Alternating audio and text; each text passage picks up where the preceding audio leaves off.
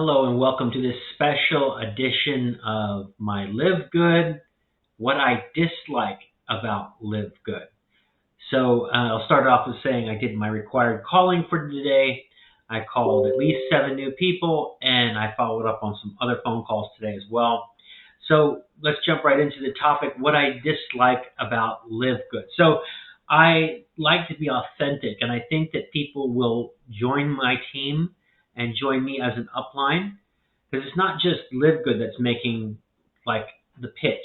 It's also who's bringing me in. And like in a previous episode, I talked to you about I joined a good company, but I joined the wrong upline, and that was very costly.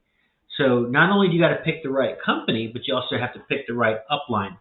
Well, in that spirit, if you join, you want to have an upline that's authentic, that's going to tell you the truth. And no company is perfect. Not a single one of them has everything going for it. Everything is right. So I'm going to tell you what I dislike about Livegood, right? And they're not major things. They really aren't. They're not show-stopping things. It's just things that maybe that I just don't like about it. I would just call them downsides. But clearly the upsides are way better than the downsides. So let's talk about the downsides. Okay, so first, they're a new company. The other companies are more established. You always have a fear that the government or just circumstances are going to come in and shut the business down. So you can only hope that they've got all their ducks in a row, that they've got the legal team, and every company that starts, I think, has that, those good intentions. They think they've got it, all figured out. They got a network marketing MLM attorney, but we've seen some really spectacular fails with some companies. So they get involved, they do a lot of business, and then they just putter out. And because I think a lot of it is that they're not filing regulatory guidance. They don't have all their T's crossed and their I's dotted. And they're just not experienced like in other companies. And other people will come along. Other people try to sue them. Governments will try to shut them down. There's all kinds of different perils that face a brand new company. And most businesses fail, including network marketing companies. I don't think that's going to happen with Livegood.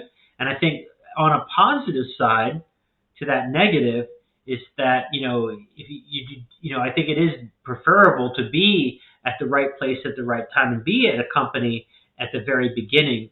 But, like I said, there's the greatest amount of risk is with new companies. The next thing I don't like about Livegood is that, it's also a positive, is that they don't require monthly minimum purchases. They don't have any standing orders. You have to place an order to maintain your membership or PV requirements or anything like that. So that's a positive. But the negative side of that is if you're trying to build a downline, you're trying to get people to come in, that means that they're not required to buy anything, and you're not going to get any sales volume from that. I'm not really a big fan of the power line plan. I maybe see that as a little bit of a gimmick, where people are kind of excited about the potential of being able to not do anything and collect some money. I don't particularly like that. I think people should get paid what they're worth, and we should bring people into the company who are either interested in building the business, for real, making phone calls, or they're interested in being customers. They want to buy discounted products. They want to consume these products. And, the products are low cost. That's really great. I mean, it's some of the lowest cost products ever. So I'm trying to make this about the negative, and all these positives keep surfing. So, but the negative is that, you bring people into the business. They may not be purchasing every single month, and that's bad, because we want them to purchase things, especially if we're going to make this, if this is going to be more than just a side hustle or a spare time gig.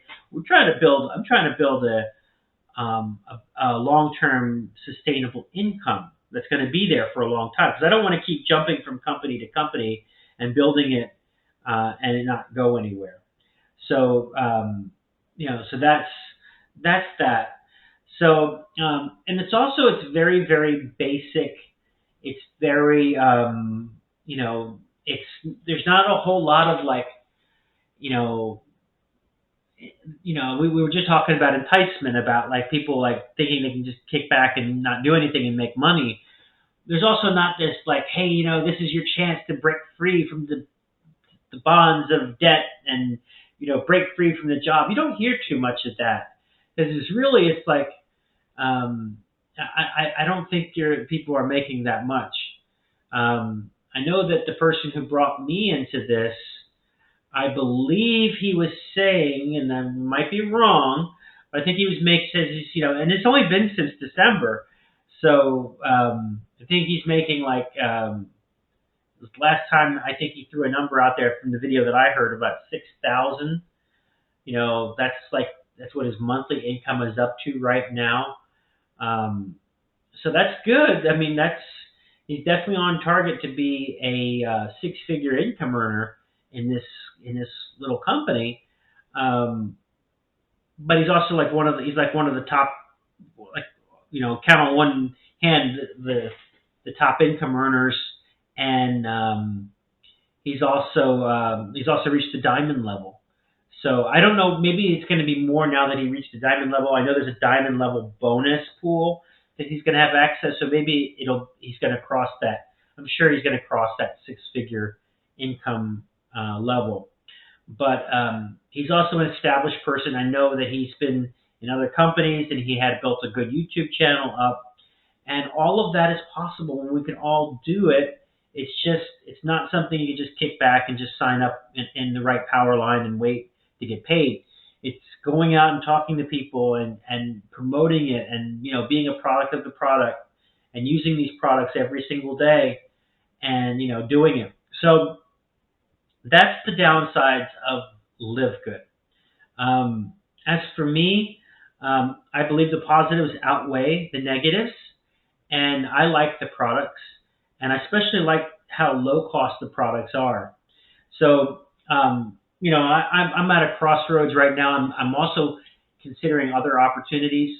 So I may make a change in direction. I may make a fundamental change, but I still think that Livegood, it wasn't a bad experience. It's still a good opportunity. It's still an opportunity that, that the products are really good, and I hope the company is going to stick around and it's going to be there because the products are really good.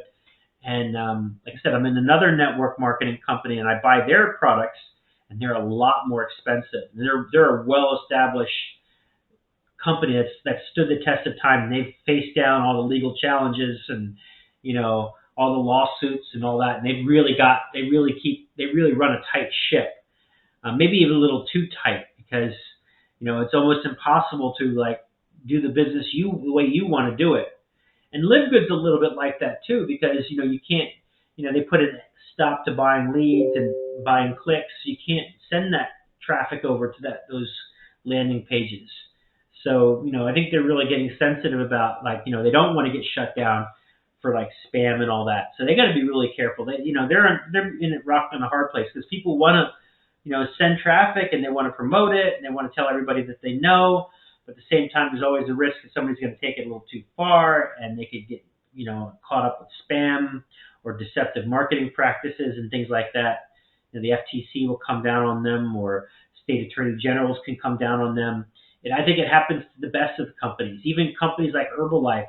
There's like some guy out there wanted to like short sell. And he made his mission in life just to bring down Herbalife. I mean, like, why? There's a lot of good people that work at that company. I mean, maybe you don't like the company, okay, but why do you got to destroy it for other people? But that's what he's on a mission. He's Dudley Do Right. He's going to be on a mission. He's not. It's a self-serving mission. He's trying to short it so he gets paid. But he's going to be on camera saying he's trying to do this for the little guy. I don't believe it. It's a bunch of malarkey. So, but that's that. There's always downsides to anything that we do. So that's my Livegood video for today. Like, comment, subscribe, let me know what you think, and I will talk to you tomorrow.